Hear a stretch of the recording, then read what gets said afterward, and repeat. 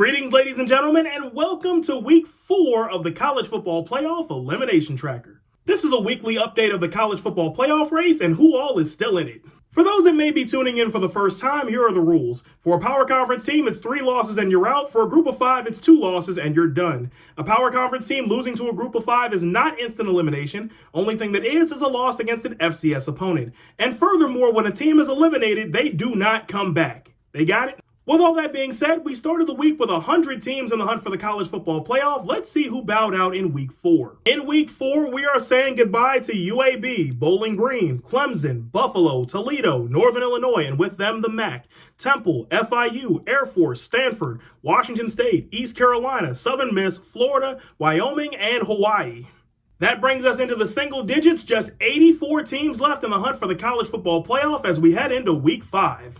And congratulations to App State, Houston, Mississippi State, Kansas, and South Florida on making it farther than they did last year. Progress. We love to see it. And now it's time to tell you about the knockout games. What is a knockout game? It's a game between 2 teams where the loser is eliminated from the college football playoffs, no matter who it is. So that's a game between 2 2-loss power conference teams, 2 1-loss group of 5s, or a 2-loss power conference team against a 1-loss group of 5. And this week, we have 4 knockout games on the docket. We've got Arkansas versus Notre Dame, Oklahoma State versus Baylor. Yes, Oklahoma State's still in it, but I'll explain why in a minute. New Mexico versus New Mexico State, and Boise State versus App State. Now let's go conference by conference and take a look at the 84 teams that are still in the hunt for the college football playoff. The ACC lost a heavy hitter in Clemson this week, and they're on the verge of losing another fan favorite in North Carolina. Week 5 is where Wake Forest went out last year. This time around, the Demon Deacons are home against Georgia Tech. Now, the Big 12, let's address the elephant in the room here. Oklahoma State and why they're not eliminated. Oklahoma State lost their second game this week, and it was against an FBS opponent in Tulsa. So by the rules of this own channel, the Cowboys are not eliminated yet, but this is as close to being knocked out as you can be without getting knocked out. Week 5 is where Baylor went out last year. This time around, the Bears, wouldn't you know it, they go to Stillwater to take on Oklahoma State. As for the Big 10, Indiana looks as strong as ever, and even Maryland turned some heads this week, so I consider this a win for the Big 10 Conference. Week 5 is where Minnesota and Purdue went out last year. This time around, the Golden Gophers home against Rutgers, and the Boilermakers have a bye. The SEC lost their first team this weekend, and surprise, surprise, it was Florida, though they did put up a surprisingly good fight. Week 5 is where Auburn bowed out last year. This time around, the Tigers are at Texas A&M.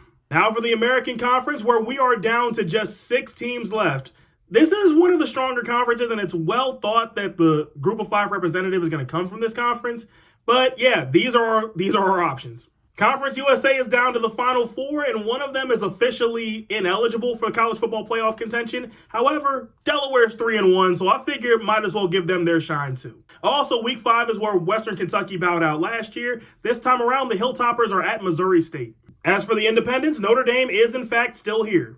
Just picked up their first win this week, but they're still here. The MAC has been completely eliminated, so with no teams left, you will not be hearing from this conference anymore in this series. The Mountain West has just about been cut in half, although big props to San Diego State for a big win over Cal this week.